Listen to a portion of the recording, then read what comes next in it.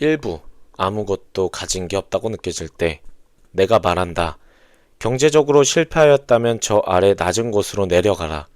체면 때문에 그렇게 하지 못한다고? 그 체면에 흠집을 내라. 출발점을 저 낮은 곳에 다시 그어라. 당신이 놓치려고 하지 않는 생활 수준이라는 것을 지워버리고 새로운 출발점에서 무에서 근근히 살아가면서 돈을 모아라. 그러면 돈이 쌓이게 된다. 이것이 실패로부터 탈출하는 비결이다. 스크래치하라. 실패하면 제로점으로 내려가라. 중에서 앞길이 보이지 않을 때 삶이 그대로 속이면 분노하라. 1948년 가난한 어촌에서 엿장수의 딸로 태어나 가발공장, 식당 등에서 일하였고 총으로 쏴 죽이고 싶을 정도로 폭력이 심한 남편을 피해 단돈 100달러를 갖고 미국으로 식모살이를 떠난 여자. 미국에서는 식당에서 일하며 대학을 다녔고 76년 미 육군에 들어가 소령으로 예편, 50세가 넘은 나이에 하버드 박사과정에 다니는 여자, 서진규. 그녀는 나는 희망의 증거가 되고 싶다. 읽어라에서 이만큼 성공하기까지 나에게 가장 큰 힘이 된 것은 반항심과 복수심이다 라고 쓰고 있다. 수차례 그래미상과 MTV상 시상식에서 트로피를 몇 개씩 수상한 미국의 백인 랩 가수 에미넴. 그 역시 쓰레기 더미나 다름없는 환경에서 살았다. 생후 5개월 만에 아버지는 도망갔고 마약 중독자인 어머니는 완전 또돌이였다. 에미넴의 삶을 그린 영화 8마일을 보면 그의 어머니가 아들의 동창생과 동거를 하면서 그 동창생이 오럴 섹스를 안 해준다고 아들에게 호소하는 골 때리는 장면도 나오고 자기 애인이 친구와 섹스하는 것을 목격하는 장면도 나온다.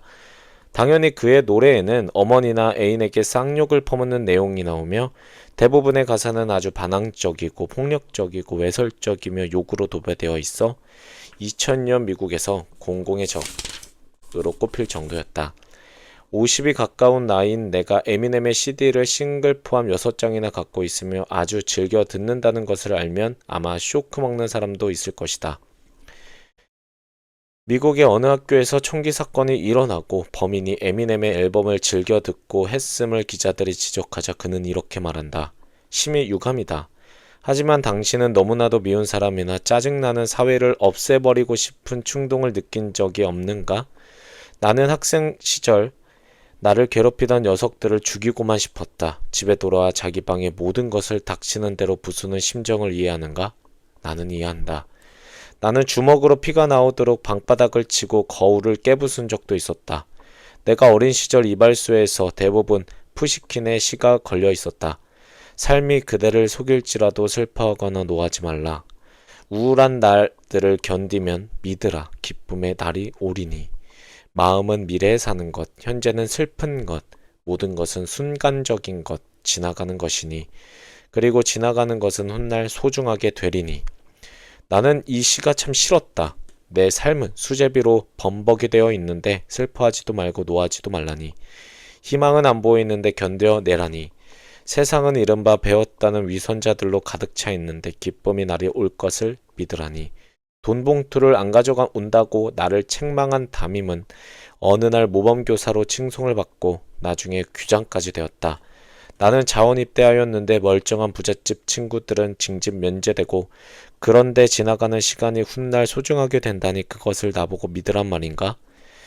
나는 세상에 대한 나의 분노를 폭파시키고 싶었다. 그래서 쉰들러 리스트의 주인공처럼 세상이 뒤집힐 전쟁을 기다렸던 적도 있다. 그러나 그렇게나 세상을 욕하고 가래침을 줄곧 뱉었지만 정작 나 자신도 크게 다를 바 없었다. 언제나 눈이 시뻘겋게 일확천금만을 노리며 한탕할 기회만 노렸고 아무 하는 일도 없이 꿈틀거리기만 했다. 카프카의 변신에 나오는 벌레처럼 나는 먹고 싸고 그런 존재였던 것이다. 어제가 오늘이고 오늘이 내일이었으면 내일은 다시 어제였다. 조그마한 차이도 없었다. 나는 내가 혐오스러웠다. 내가 분노하여야 할 대상은 세상이 아니었다. 나 자신이었다. 나는 혐오스러운 나의 삶이 너무나도 한심하였고 끝내는 저주스러울 정도로 스스로에게 분노했다. 내가 나를 죽이고 싶었던 것도 어쩌면 그런 혐오감과 분노에서 벗어나지 못하는 절망에서 비롯되었을 것이다. 나는 나를 죽이고 싶을 정도로 내 삶의 주인이 되고 싶었다. 나는 5월의 찬란한 햇살 밑에서 향긋한 꽃내음을 그대로 들이마시며 어깨를 펴고 살고 싶었다. 당신은 어떠한가?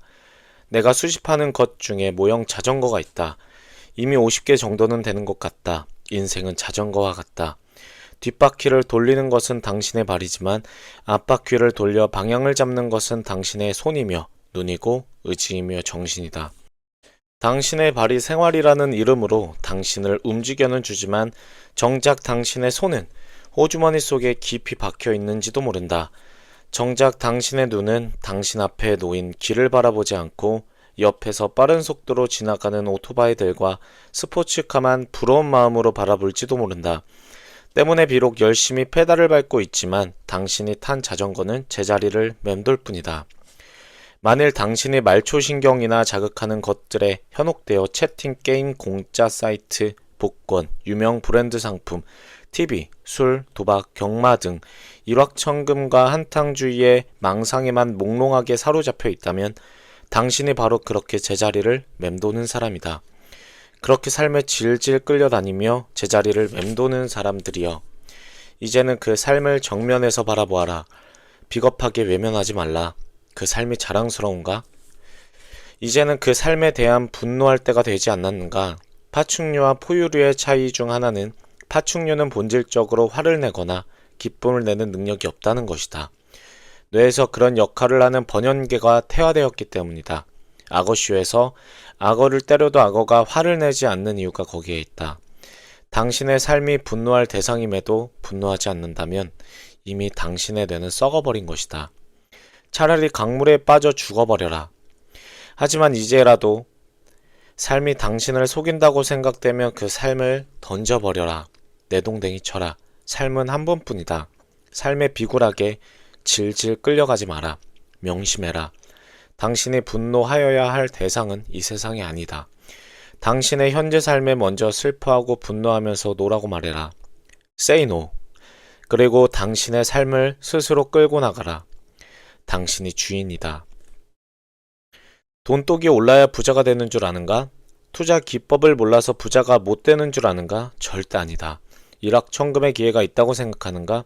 꿈 깨라. 쇠고랑을 찰 기회만 있을 뿐이다. 인터넷에서 광고만 보아도 돈을 벌 수 있다고 믿는 자들이여. 메일만 보내면 수억 원을 벌 수 있다고 떠드는 자들이여. 편안하게 빨리 돈 벌고 싶어서 애를 태우는 자들이여. 평생 가난의 괴로운 숯불이 이마 위에 올려지는 저주를 받을 것이다. 나는 그대들이 한시라도 빨리 그 허황된 몽상에서 깨어나길 바란다. 피와 땀과 눈물과 시간 없이 무엇을 얻겠다는 것인가?